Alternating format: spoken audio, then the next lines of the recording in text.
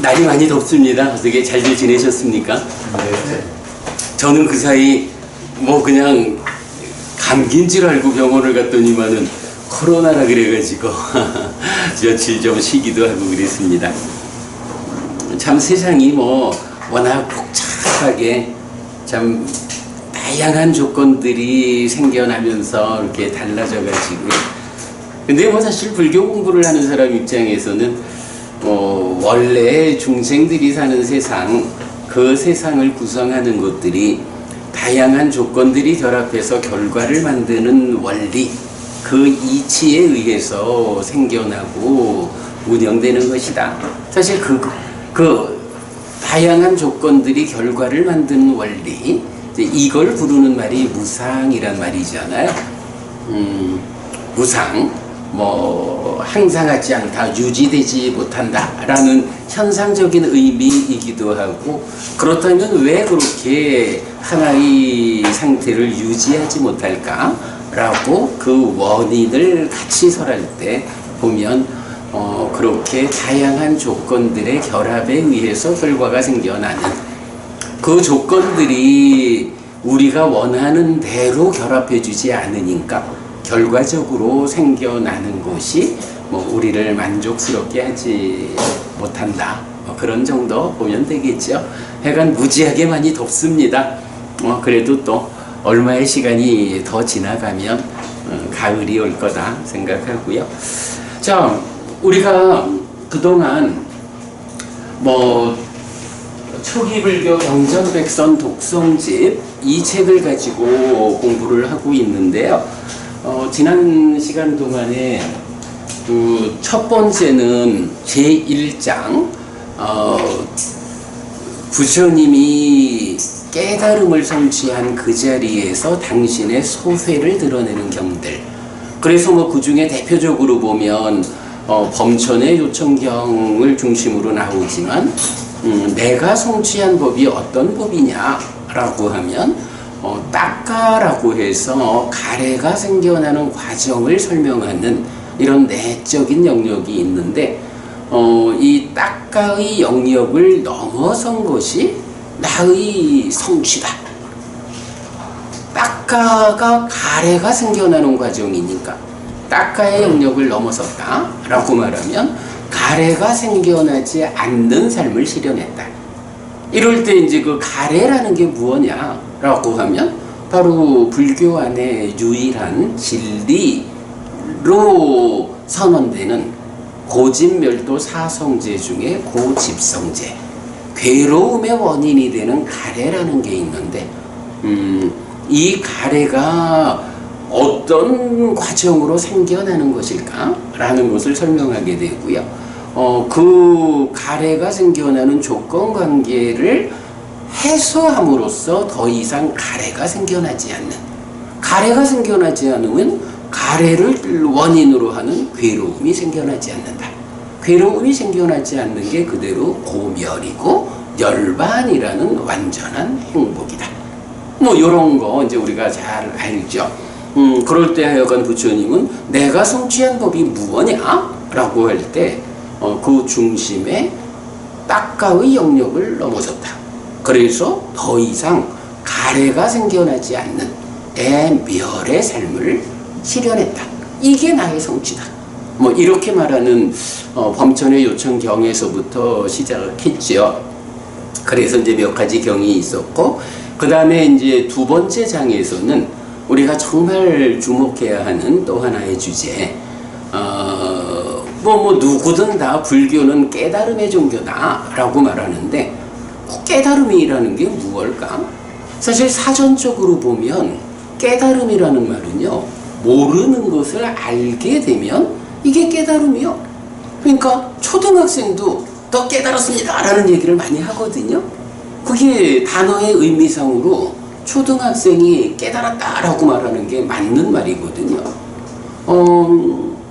지금도 이제 우리 한국 불교에도 보면 출가자 중에서도 이런저런 사람들이 자기의 깨달음을 대중들에게 선언하는 뭐 이런 이야기도 많이 보게 되는데, 사실은 우리가 참 조심스럽게 접근해야 하는 게 우리의 스승은 누구냐?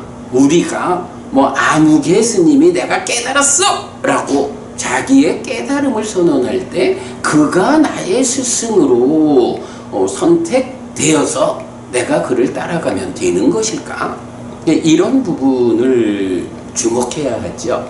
자, 그럴 때 이제 깨달음의 종교인 불교가 말할 것도 없이 교주이신 부처님의 깨달음, 이게 근본이 되는 거죠. 그럴 때 부처님의 깨달음은 무엇일까? 라고 말할 때 다양한 방법으로 부처님은 당신의 깨달음을 설명하고 있지만 그 중심에 이런 문장 하나를 보았던 거죠. 열애는 이것을 깨닫고 실현했다 라고 부처님이 직접 말씀하시는 거. 그래서 열애는 이것을 깨닫고 실현했다 라고 선언하시는 그 이것의 내용이 무엇냐 라는 게 사실은 우리가 따라가야 하는 부처님의 깨달음의 본질이죠. 자, 그럴 때 출현경이라는 경에서는 재행무상, 재행계고, 재범무아라고 하는 이 삼법인이라고 하는 게 열애의 출현 여부와 관계없이 말하자면 세상에 존재하는 것이고 내 삶에 적용되는 원리다. 이거 열애가 깨닫고 실현했다. 이렇게 말하는 거거든요. 하여간 불교 안에서는 삼법인이라고 하는 이 교리가 가장 근본이 되어서 어떤 경우에도 열반이 아닌 행이라는 것인데 거기에서 무상하다, 곡 불만족스럽다 라는 것을 거부하는 어떤 존재를 세운다 라고 하면 이것은 원칙적으로 불교 아니다. 또는 열반까지도 포함해가지고 재범무아잖아요. 열반까지도 포함해서 부처님은 무아라고 선언을 하는데 이제 어떤 것에 대해서 세상 모든 것이 다 무아라고 해도 이것만은 무아가 아니에요. 진리여요. 참된 것이. 이렇게 말하면 부처님의 깨달음의 밖에 있는 것이다. 네, 이런 부분 우리가 놓치면 안 되죠. 그런가 하면 열애는 이것을 깨닫고 실현했다 라는 문장의 두 번째는 조건경이라고 있었죠. 이제 거기에서 보면 이제 부처님 연기, 12연기를 하나씩 나열해 가면서 이것이 열애가 깨닫고 실현한 법이다 라고 하면서 이제 삼법인하고 똑같이 열애의 출현 여부와 관계없이 세상에 존재하고 내 삶에 적용되는 원리다 라면서 한마디를 더하죠. 여기에서의 조건성이다. 그러면 여기란 어디냐 라고 하니 열반이 아닌 우리가 깨달아 중생세상, 윤회의 영역인 이 중생세상에서 벗어나 실현되는 그 열반이 아니고 중생이라는 존재 상태로 내가 살아가는 여기 중생들의 삶에 적용되는 연기라고 하는 조건성, 이것이 열애가 깨닫고 실현한 법이다. 그리고 세 번째로는 꽃경에서 보았지만 색수상행식 5온이라는 것이 있는데 경의 앞부분에서는 그렇게 나오죠. 색수상행식을 놓고 상하고 안정되고 영원하고 변하지 않는 색수상행식은 없다. 무상하고 고고 변하는 것인 색수상행식 5호는 있다 라고 말하면서 열애가 깨닫고 실현한 법이 무엇이냐? 세상에 있는 세상의 법이 색수상행식 5온이다. 자, 재행무상을 말하고 재행계고를 말하고 재범무아를 말할 때 행과 법의 차이가 뭐냐 라고 하면 행이라는 것에 열반 하나가 더해지면 법이 되잖아요. 그래서 재범무아라고 할 때는 행이라고 하는 건 모두에다가 열반까지를 포함해서 하여간 있는 것은 모두 무아여. 무아 아닌 것은 어디에도 없어. 이래 말하는 거고. 그 다음에 열반이 제외된.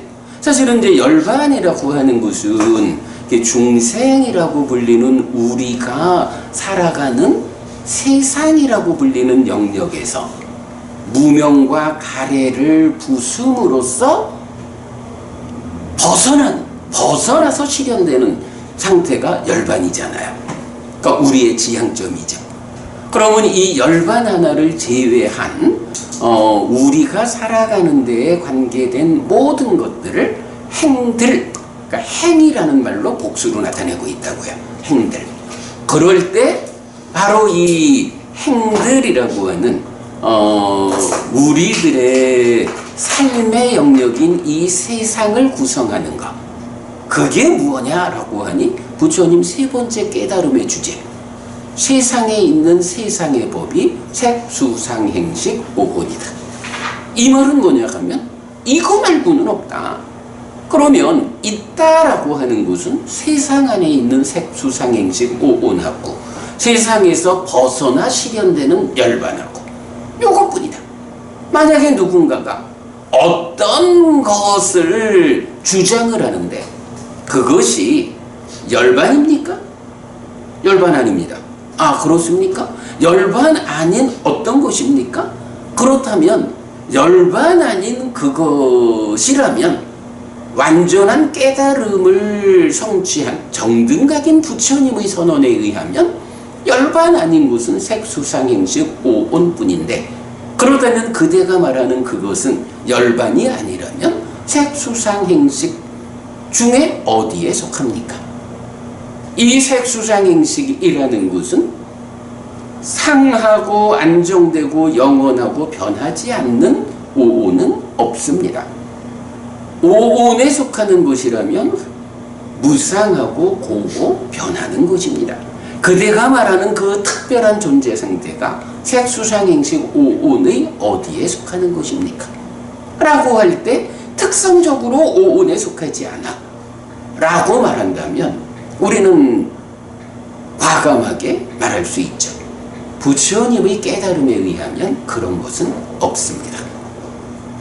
없습니다라고 당신이 머릿속에서 개념적으로 생각해낸 거지 사실로 존재하는 거 아닙니다 라고 결정적으로 말할 수 있어야 한다. 이게 부처님의 깨달음에 의한 거다. 자, 어쨌든 우리가 제2장에서는 이렇게 삼법인과 연기와 세상에 있는 세상의 법으로의 오은, 요 세 가지가 원전은 그래 나오죠. 땅 다가또 아비삼부짜띠 아비사메띠, 열애는 이것을 깨닫고 실현했다 라고 해서 깨달음의 종교인 불교를 가장 근본적으로 정의하는 부처님의 깨달음이다. 이것이 기준이 된다 라는 거 놓치면 안 되겠고요. 자, 그러면 이제 오늘부터는 우리가 세 번째 장, 제3장 깨달음의 재현에서 제자들의 깨달음이라는 이제 분류된 경들을 볼 건데요. 예, 149쪽입니다.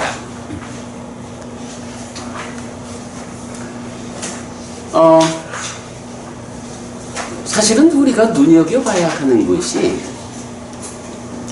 이 깨달음이라는 것이 2600년 전 인도 땅에 오셨던 부처님이라는 분의 깨달음인데, 이게 그저 그 부처님 한 분의 깨달음이다. 역사적으로 2600년 전 인도 땅에 깨달은 분이 있었다. 요렇게 교과서에 나오는 이야기다 하면 사실은 우리가 부처님을 스승이라 하고 우리가 불교 신자다 라고 말할 이유가 없어요. 부처님의 깨달음이 의미를 가지는 것은 그분의 그 깨달음에 의해서 나의 삶에 어떤 영향, 어떤 효과가 있느냐, 그래서 그분이 깨달아 알려주는 것을 우리가 배워 알고 실천하는 과정을 통해서 그분이 이끄는 그러한 행복이 내 삶에 실현된다 라는, 그분을 뒤따라갈 때 나에게 생겨나는 효과라는 것이 있어야 부처님이 우리 스승입니다, 나는 불교 신자입니다, 이렇게 말하는 이유가 되죠. 맞아, 그거 없다면 2600년 전 거기 있었대 하고 대학 갈 때 역사 문제에 동그라미만 치면 되는 거죠. 아무 의미가 없거든. 그렇다면 이제 부처님의 깨달음의 소회도 있고 당신의 깨달음의 선언도 있지만, 또 그만큼 불교 안에서 중요한 거, 특히 불교 신자인 나에게 중요한 거는 그 부처님의 깨달음이 어떻게 해서 지금 나한테까지 전달되느냐, 요게 사실은 중요한 거거든요. 부처님의 깨달음이 나한테까지 전승되기 위해서는 부처님이 지금까지 살아계실 수 없으니까 부처님이 직접 말씀해 줄 수 없거든요. 그래서 이제 필요한 게 부처님의 깨달음이 누군가에 의해서 재현되어야 한다. 자, 부처님이 있는 거는 모두 오온으로 구성된 세상 안에 있는 거하고, 내가 깨달았다라는 것은 그 세상에서 벗어나 열반을 실현했다. 이제 더 이상 죽으면 또 태어나고 늙고 병듦을 반복하다 또 죽는 이런 윤회하는 삶을 반복하지 않게 되었다 라고 하는 이런 깨달음을 당신 혼자만의 깨달음으로 가지고 가버리는 게 아니라, 이제 세상의 많은 사람들에게, 자, 내가 이렇게 그대들이 아직까지 경험하지 못한 이런 벗어나 실현되는 열반이라는 것을 내가 성취했어. 내가 어떤 방법으로 열반을 실현했는지, 다시는 태어나야 하고 늙고 죽어야 하는 이런 아픔을 반복하지 않게 됐는지 그 방법을 가르쳐 주겠어. 당신들이 와서 배워보시오. 그래서 당신들이 내가 가르치는 그대로 똑같은 방법으로 실천할 수 있다면 내가 깨달아 성취한 이 열반이라는, 윤회에서 벗어났다 불사가 실현되었다 라고 하는 이러한 결과가 나 하나에게만 있는 게 아니라 당신들 모두에게도 실현될 수 있는 것이에요. 이렇게 이제 부처님이 가르치는 거잖아요. 그리고 실제로 이제 여러 사람들에게, 자, 나는 이런 방법으로 공부해가지고 수행해가지고 열반을 실현했거든. 그대들도 내가 한 방법 그대로 이런 방법으로 이렇게 해봐. 그러면 이 깨달음이, 이 열반이 그대에게서도 성취될 거요, 실현될 거요. 해봐. 이렇게 이제 가르치는 과정이 있는 거죠. 그리고 그런 가르침을 따라가지고 어떤 사람들이 자기 스스로의 힘으로는 못했지만 스승께서 이끌어주는 대로 따라서 하니까, 아이고, 됩니다. 저도 됩니다. 저도 했습니다. 라고 해서 깨달음을 다시 선언하는 사람들이 생기는 거죠. 요거를 이제 저는 뭐라고 표현했냐 하면 깨달음의 재현, 이렇게 표현을 하고 있거든요. 제자들에 의해서 부처님의 깨달음이 재현되었다. 아, 이 깨달음이 부처님이라고 하는 특별한 능력을 가진, 특별한 태어남, 그 어떤 능력을 가진 사람만 할 수 있는 것이 아니고,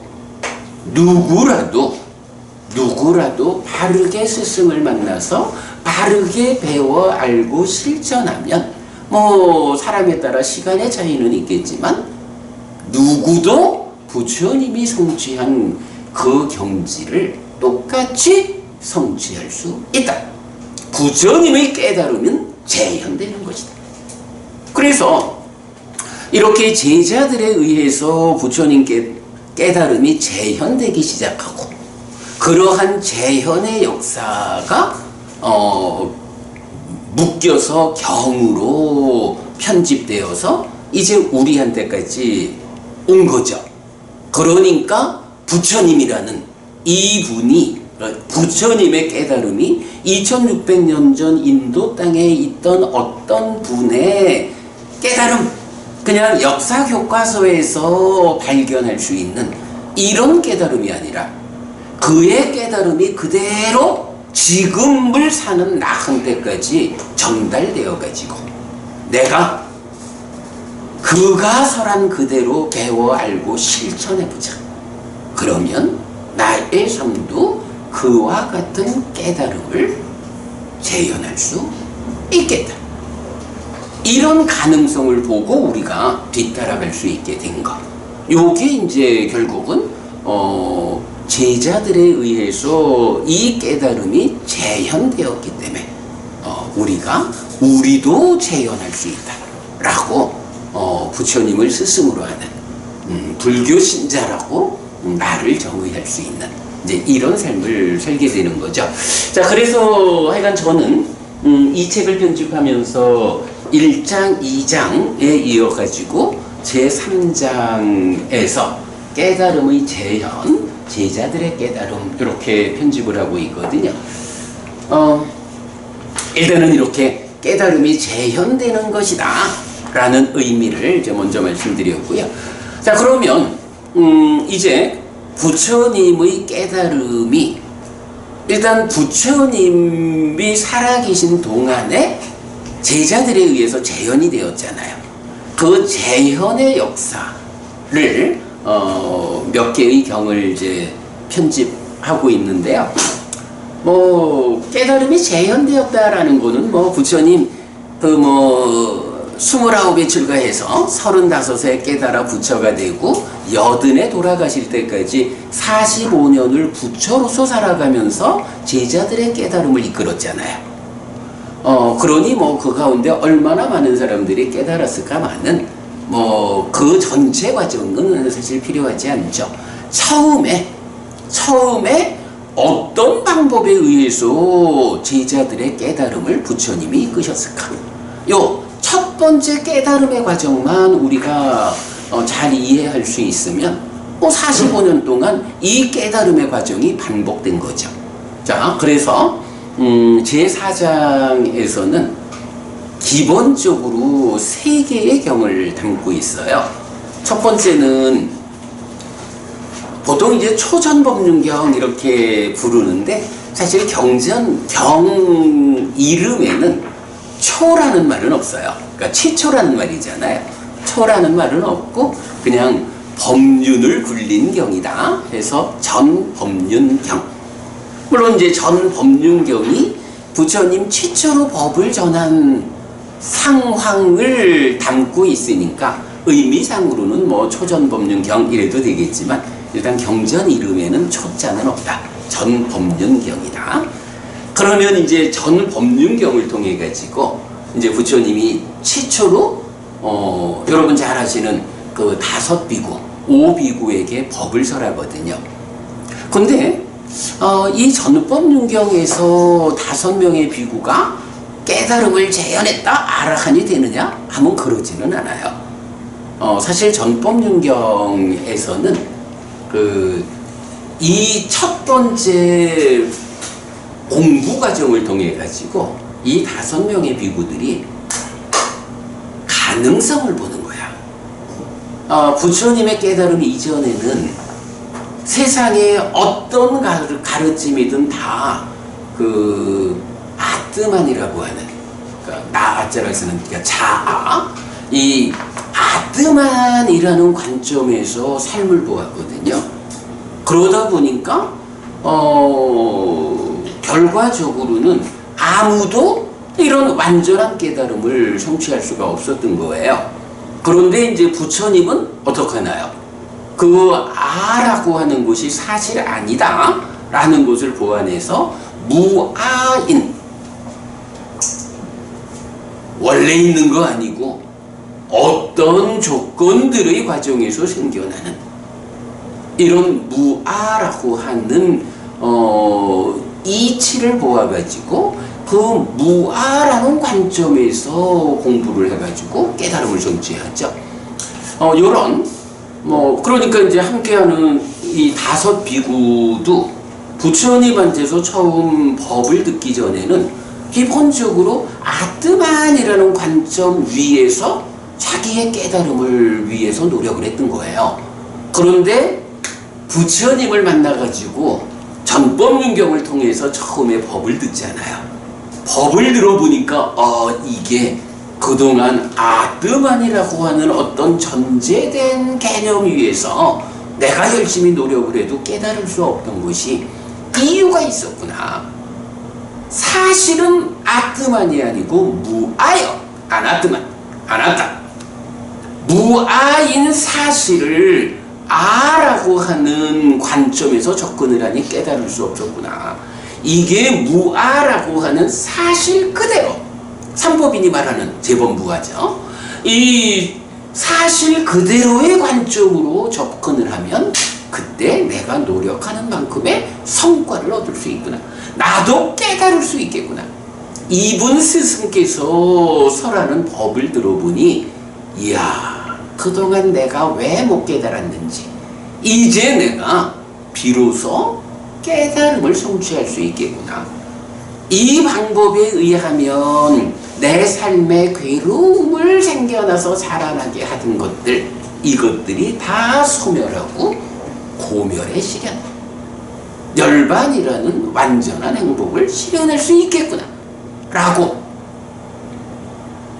부처님, 그러니까 이 스승에 대한, 부처님에 대한 믿음이 생겨나는 거고, 그리고 부처님을 따라 배우면 나도 부처님처럼 고멸을 실현할 수 있겠다, 열반을 실현할 수 있구나 라고 하는 눈이 생겨나는 거. 요거를 이제 경은 담마짝구라고 해가지고 법안 이렇게 표현을 하거든요. 법을 보는 눈이죠. 전법문경에서는 이 5 비구에게 최초로 법을 설했을 때 그들의 깨달음을 재현해서 아라한을 성취케 하는 경이 아니에요. 1단계로 부처님에 대한 믿음이 생겨나고 정말로 부처님 가르침을 뒤따라가면 나도 이렇게 괴로움을 생겨나게 하는 모든 것들을 소멸시키고 행복을, 열반을 실현할 수 있겠구나. 요런 눈이 생겨나는 거. 예. 부처님에 대한 믿음과 고멸에 대한 눈을 갖게 되는 요것이 전법윤경의 성과예요. 그리고 나면 이제 이어서 2번째 경우로 또 여러분 잘 아시는 무아상경이라고 있잖아요. 무아상경에서 이제 이렇게 믿음이 생기니까 받아들일 수 있잖아. 거기에 법의 눈이 생긴 이 5명의 비구들에게 이제 다시 오온에 대한 설명을 하는 거죠. 그래서 이 오온이라는 것이 무아다라고 부처님이 먼저 선언을 해요. 그리고는 자, 이렇게 색수상행식이라는 게 있는데 이게 세상의 법이잖아. 이 세상의 법인 색수상행식, 요거는 무아다라고 부처님이 선언을 하거든요. 근데 이제 사실은 이 선언이라는 말을 우리가 주목해야 하는 게 아무나 와가지고 선언을 하면 그거를 따라갈 수는 없잖아요. 바로 그 앞에 전법윤경을 통해 가지고 5명의 비구가 부처님에 대한 믿음이 생겨나고 법을 보는 눈이 생겨났거든요. 그러니까 이제 스승이신 부처님께서 색수상행식 오온이 무아다라고 선언을 해줄 때 그렇군요 하고, 그동안 내가 무아라는 이 관점에서 길을 찾느라고 깨달을 수 없었는데 참으로 무아군요.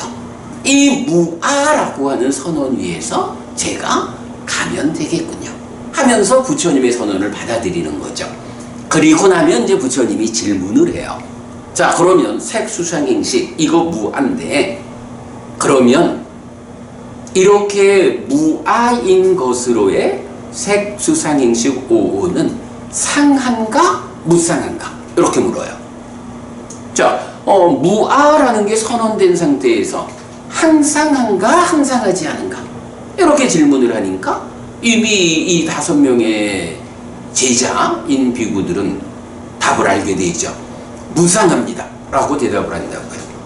그러면 이어서 무상한 것은 만족한 것이냐 불만족한 것이냐 고이냐 락이냐 이렇게 질문을 하죠. 그러니까 무상하다는 것은 다양한 조건들이 결합해서 결과가 만들어지는 건데 이 다양한 조건들이 내가 원하는 대로 제어되지 못한다는 현실 때문에 이것은 만족한 상태를 유지하지 못합니다. 불만족입니다. 이렇게 무상한 것은 고입니다 라고 대답을 하죠. 그럴 때 이제 부처님이 다시 그러면 무상하고 고고 그러니까 변하는 거 무상하고 고고 변하는 것을 이것은 나의 것이다 이것은 나다 이것은 나의 자아다 라고 보는 것이 타당한가? 라고 다시 질문을 하죠. 그러니까 이거 뭐 얘기를 들어보면 뭐 그게 타당할 수 없겠죠. 그러니까 이제 이 5명의 비구가 아닙니다 대덕이시여 라고 하니까 이제 부처님께서 그 모든 것을 다 포괄해 가지고 하나의 결론을 준다고요. 그러므로 어떤 것이든 색수상행식 오오는 이것은 나의 것이 아니다 이것은 내가 아니다 이것은 나의 자아가 아니다 라고 있는 그대로 바른 지혜로서 보아야 한다. 이렇게 그러니까 이제 그게 나의 것이 아니다 내가 아니다 나의 자아가 아니다 하는 게 무아라고 하는 이 선언에 대한 상세한 표현이 되는 거죠. 그래서 지금 그대들하고 내가 대화로서 문답으로서 따져봤지만 바로 색수상행식 오고는 이렇게 무상하고 고고 변하는 것이요. 그러기 때문에 어떤 것에 대해서도 이것은 나의 것이다 이것은 나다 이것은 나의 자아다 라고 보지 않아야 한다. 그러므로 이것은 나의 것이 아니고 이것은 내가 아니고 이것은 나의 자아가 아니다 라고 있는 그대로 여기서 이제 있는 그대로라는 게 세상에 존재하는 것들이 사실의 모습이다 이거예요. 아까 꼭경에서 보았지만 색수상행식 오온이 세상에 있는 세상의 법인데 그 오온 중에는 항상하고 안정되고 영원하고 변하지 않는 건 없어. 무상하고 고고 변하는 것은 있어. 이렇게 이제 말하는 거잖아요. 그 내용 그대로가 와가지고 이렇게 오온이라는 것은 그러하다. 이렇게 사실 그대로 바른 지혜에 의해서 보아야 한다. 이렇게 이제 말씀을 하시고 그게 우리가 보통 말하는 여실지견이라고 하는 첫 단계의 깨달음 성자의 경지에 도달하는 거예요. 자, 그러면 이제 이렇게 여실지견 성자의 경지에 도달했다라고 하면 이제 아까 우리가 가래라고 하는 것이 괴로움의 원인 고집성제다라고 했는데 이렇게 여실지견했다 사실 그대로 알고 보게 되었다 라는 요 상태가 이제 말하자면 수행의 관점에서는 가래라고 하는 것이 붙잡는 성질을 가지기 때문에 가래를 조건으로 집착이 있어서 괴로움이 생겨나잖아요. 요 가래가 붙잡는 성질 요것을 억눌러 가지고 가래가 작용하지 못하게 한 만큼의 깨달음의 상태가 되거든요. 그런가 하면 이제 무화상경은 전체적인 내용은 이렇게 여실지견을 이끄는 데까지로 자세히 설명을 하는데 경의 마지막에 가면 뭐가 나오냐 하면 이렇게 보는 잘 배운 성스러운 제자 즉 나의 것이 아니다, 내가 아니다, 나의 자아가 아니다라고 있는 그대로 바른 지혜로서 보는 여실직연하는 예류자라는 성자의 경지를 성취한 이런 잘 배운 나의 제자들은 이제 이렇게 무아인 것들에 대해서 염오라는 표현을 써요. 염오한다. 염오하면 이탐하고, 이탐하면 해탈한다. 해탈함으로써 이제 더 이상 중생으로의 삶을 반복하지 않는 깨달음을 성취했다 라고 해탈직연을 선언하게 되거든요. 근데 요거는 이제 경의 마지막에 아주 짤막하게 나와. 그런데 사실은 깨달음의 완성은 요 마지막에 짧은 과정. 이렇게 잘 보는 성스러운 제자는 염오하고 이탐하고 해탈하고 해탈직연하는, 네, 요걸로 이제 아라한 부처님의 깨달음을 완전하게 재현하는. 그래가지고 이제 그 상태에 대해서 이렇게 5명의 비구의 심은 번뇌로부터 마음이 해탈했다 라고 해서 깨달음의 재현을 이제 설명하고 있거든요. 자, 이렇게 부처님의 깨달음을 재현하는 과정의 첫 번째 사건, 5명의 비구, 유명한 5비구의 깨달음의 과정이 전법윤경을 통해서 믿음이 생겨나고 법의 눈이 생기고, 무아상경을 통해서 그러니까 여실직연한 다음에 완전히 해탈직연해서 마음이 번뇌들로부터 해탈했다, 깨달아 아라한 되었다. 부처님의 깨달음을 완전히 재현했다. 이런 상황이 이제 완성이 되거든요. 요게 하여간 2개의 경으로 깨달음을 이끄는 거고요. 그리고 나면 이제 3번째로는 또 불탐경이라는 경이 있어요. 이 경도 많이 유명하죠. 그 부처님이 이제 이렇게 그 노교원에서 5명의 비구들을 가르쳐서 아라한을 이제 깨달음을 재현시키잖아요. 그러면 세상에 깨달은 아라한이 6명이 된다고. 첫 번째, 스승 없이 스스로 깨달은 부처님 1명, 그리고 부처님이라는 스승의 깨달음을 재현한 5명의 아라한. 그래서 6명의 아라한이 되잖아요. 그러면 이제 그 6명의 아라한이 세상에 생겨났을 때 이제 가자! 세상 속으로 이 깨달음을 전하자. 세상 사람들의 행복을 위해서 우리가 가자! 이래가지고 유명한 전도선언을 하죠. 그리고는 이제 부처님, 자, 그대들도 다 가라. 둘이서 가지 말고 혼자서 한 방향씩을 맡아서 가서 법을 전하라. 이래하고 나도 우루웰라의 세나니 마을 장군촌으로 가겠다. 요 부처님이 가는 그 장군촌, 요 자리가 부처님 깨달음의 자리거든요. 깨달은 자리에서 녹야원으로 와서 5비구들의 깨달음을 재현시키고, 그리고는 나는 다시 깨달은 자리로 가겠다. 거기에서 나는 또 전법을 시작하겠다. 그래 이제 오시거든요. 그리고 나면 이제 참 유명한 일화지만 까사빠라는 이름을 쓰는 3형제가 있어요. 까사빠 3형제가 당시 아주 유명한 스승이었나 봐요.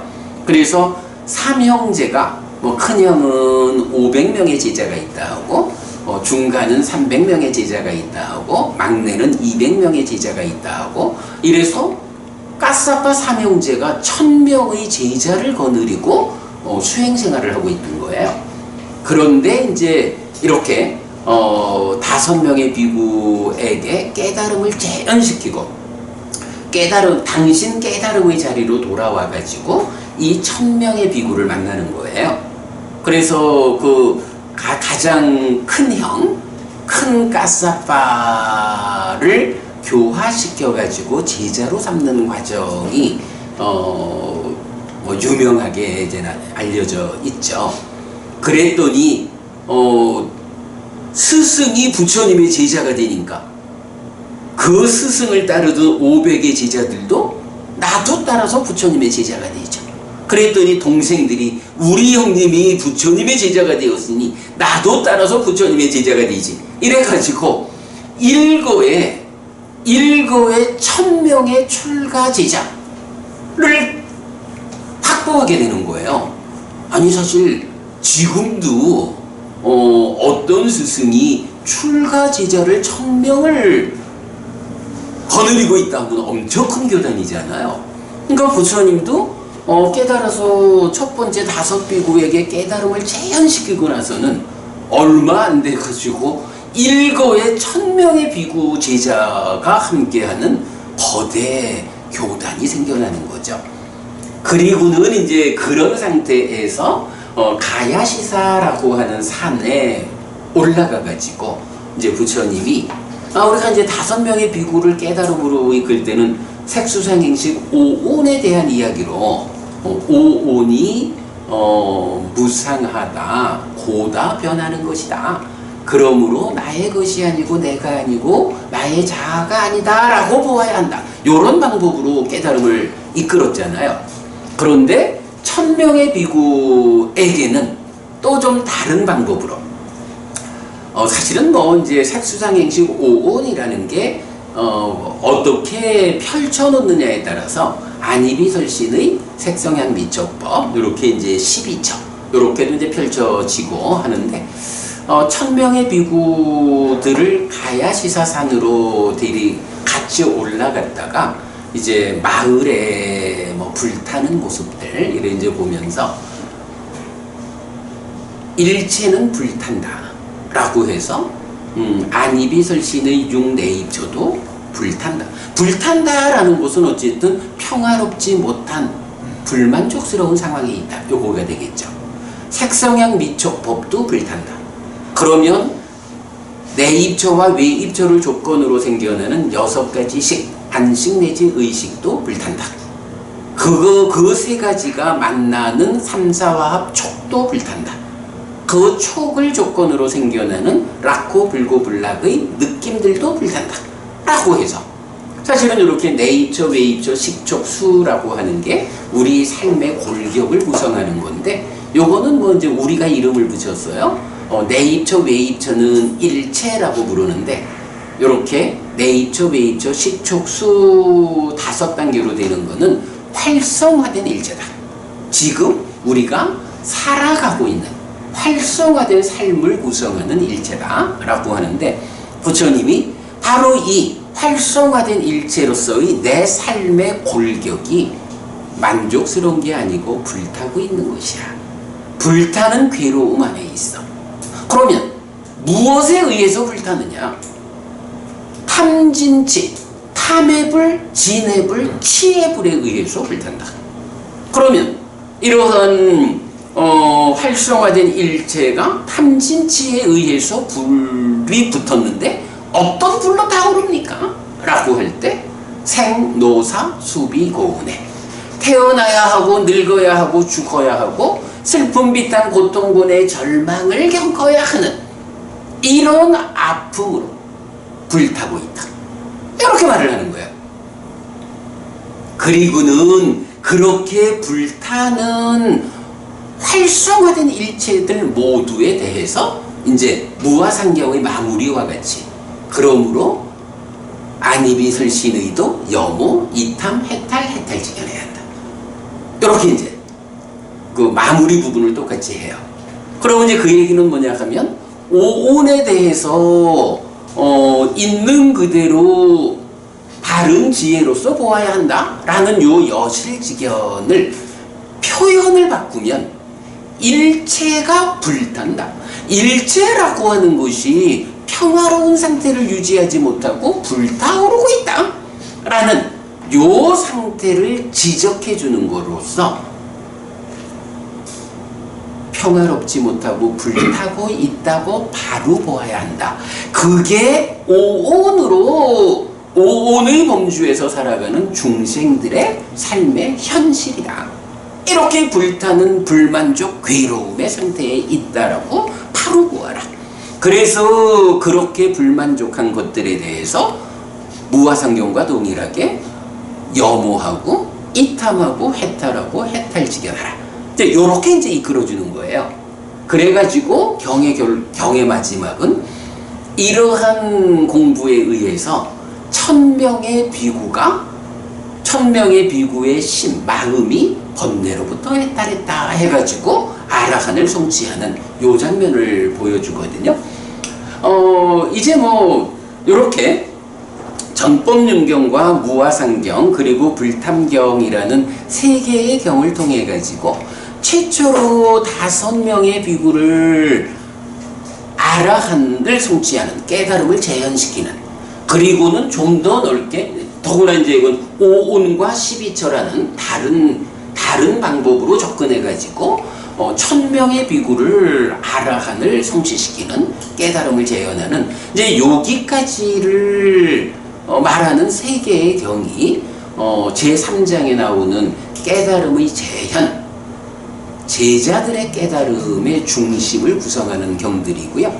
이제 전체적으로 니까야에 보면 또 다른 경우에 어떤 경우에 그 자리에 있던 비구들이 번뇌들로부터 마음이 해탈했다라고 아라한을 성취하는 요런 경들이 이제 몇 개 있습니다만은 그런 부분들은 하여간 45년 동안 부처님의 부처로서의 삶의 과정에 있던 여러 에피소드고, 어쨌든 시작에서 이렇게 전법륜경, 무화상경, 불탐경 이 세 가지 경을 통해 가지고 오온의 여실지견에 이은 염호이탐 해탈지견으로 깨달음을 재현시키고, 활성화된 일체의 여실지견에 이은 염호이탐 해탈지견으로 1000명의 비구를 깨달음을 재현시키는 요 세 개의 경이 정말로 2600년 전 인도 땅에 왔다 가신 그분, 이렇게 역사책에서나 보는 부처님이 아니라 지금 나의 스승이어서 내 삶을 향상으로 이끄는, 궁극적으로 깨달음으로 이끄는 나의 스승, 우리 교주 부처님, 요렇게 우리가 부처님을 만나게 하는 그 이유가 된다 라는 부분을 이제 말하면 되겠고요. 자, 오늘은 제가 이 3장에 속하는 대의를 이렇게 말씀드렸고요. 이제 다음 달 여러분 뵐 때는 요 책에 있는 순서대로 해서 전법륜경도 또 굉장히 중요한 경이잖아요. 전법륜경은 어떤 설법에 의해 가지고 믿음을 갖게 하고 법의 눈을 뜨게 했을까? 이런 부분 자세히 보도록 하겠습니다. 제가 오늘 그 교재를 2장 드린 게 있는데, 내가 보관하는 것보다 여러분 하나씩 나누셔가지고 교재에 넣어 놓으셨다가 다음 달에 사용하도록 그리하겠습니다. 자, 그럼 오늘 제 공부는 여기까지 할까요? 이렇게 마치겠습니다.